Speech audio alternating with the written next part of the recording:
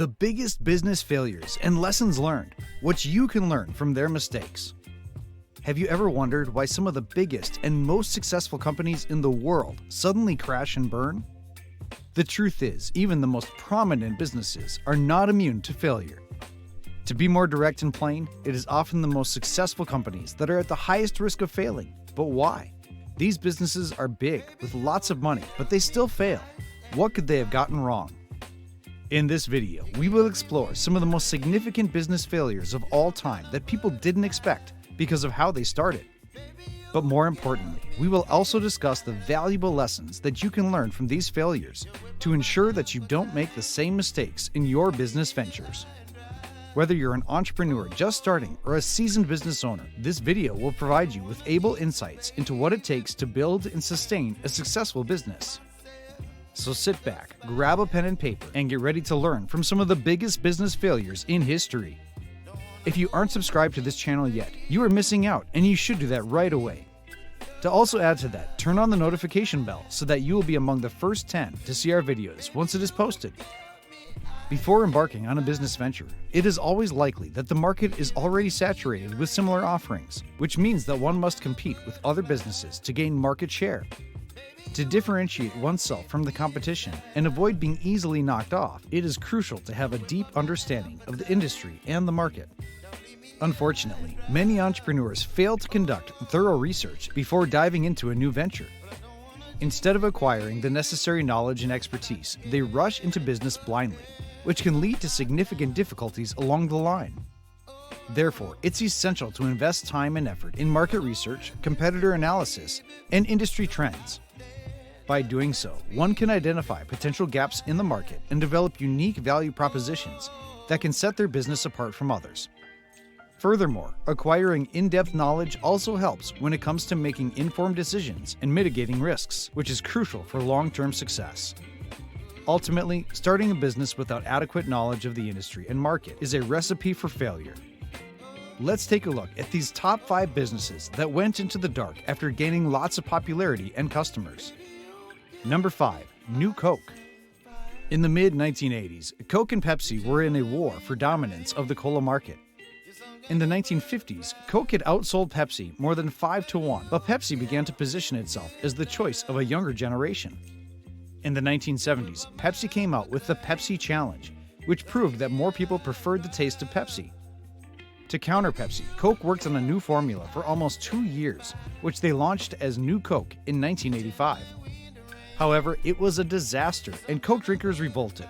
The company was receiving nearly 10,000 calls a day from angry customers. New Coke gained a lot of attention worldwide, but unfortunately, it was all for the wrong reasons. This caused the company to bring back the original Coke less than 3 months later. The failure of New Coke was criticized as the biggest marketing blunder of all time. Legendary brand designer Walter Lander said that products are created in the factory, but brands are created in the mind.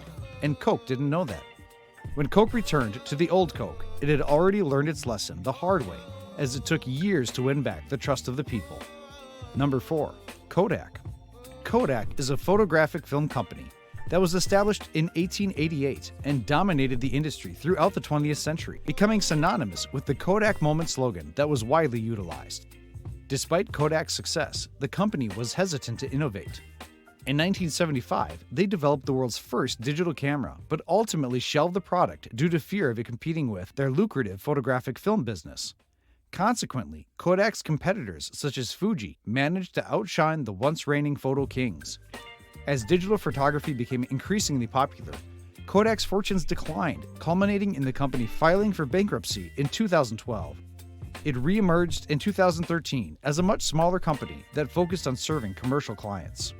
Kodak's reluctance to adapt to the changing market ultimately proved to be its downfall. As a result, the once ubiquitous brand had been reduced to a niche player in the photography industry. Number 3. Blockbuster. When Blockbuster came to life, it provided movie and video game rental services and was once a dominant force in the entertainment industry. At the peak of its success, the company had a global workforce of 84,000 employees and over 9,000 brick-and-mortar stores worldwide. One of the key reasons for Blockbuster's success was its extensive collection of movies and video games, which far exceeded the offerings of its competitors. As a result, customers flocked to Blockbuster stores to rent their favorite titles. However, with the rise of new technologies and changing consumer preferences, the entertainment landscape began to shift. The emergence of on-demand streaming services like Netflix meant that people could now access a vast library of movies and TV shows from the comfort of their own homes without ever leaving the couch. Despite these changes, Blockbuster failed to adapt and evolve its business model to keep up with the times. The company's reluctance to embrace digital streaming was a major contributing factor to its eventual downfall. According to Jonathan Salem-Baskin, a former marketing communications leader, while digital technology would have certainly impacted Blockbuster's business, the company's demise was ultimately caused by failure to innovate and stay relevant in the market. Number 2. Yahoo! Yahoo used to be a popular website for news and media with billions of monthly views and a high global ranking. As far back as 2005, Yahoo held the majority share of the online advertising market with a 21% stake, solidifying its position as a market leader. By 2011, Yahoo's email service had amassed 281 million users, making it a top web-based email provider. However, their expansion strategy was not successful, as they shifted their focus from dominating the search engine market to becoming an online portal. This resulted in outsourcing their search engine to Microsoft Bing. They also missed out on opportunities, such as buying Google in 2002 for $5 billion and purchasing Facebook in 2006 for $1 billion, which has caused them to struggle in maintaining their position as a top online advertiser. Facebook's stock price as of 2018 was $163 billion. Let's not talk about its stock price as of today. Just imagine how big Yahoo would have become if it had purchased Facebook. Number 1. Nokia. In the early days of mobile phones, when touchscreens, cameras, and apps were not yet mainstream, Nokia, a Finnish brand, was at the forefront of the mobile phone revolution. It quickly gained popularity by offering durable and long-lasting battery life features in its mobile phones. Nokia's unique selling point was the ability for users to customize their phones by swapping the cover colors. This allowed users to turn their mobile phones into fashion statements, reflecting their style and preferences.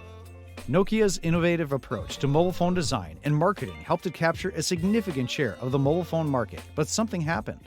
In 1990, Nokia mispredicted the market, stating that by 1999, there will be 40 million mobile users worldwide, but unfortunately, there were 250 million mobile users in 1999.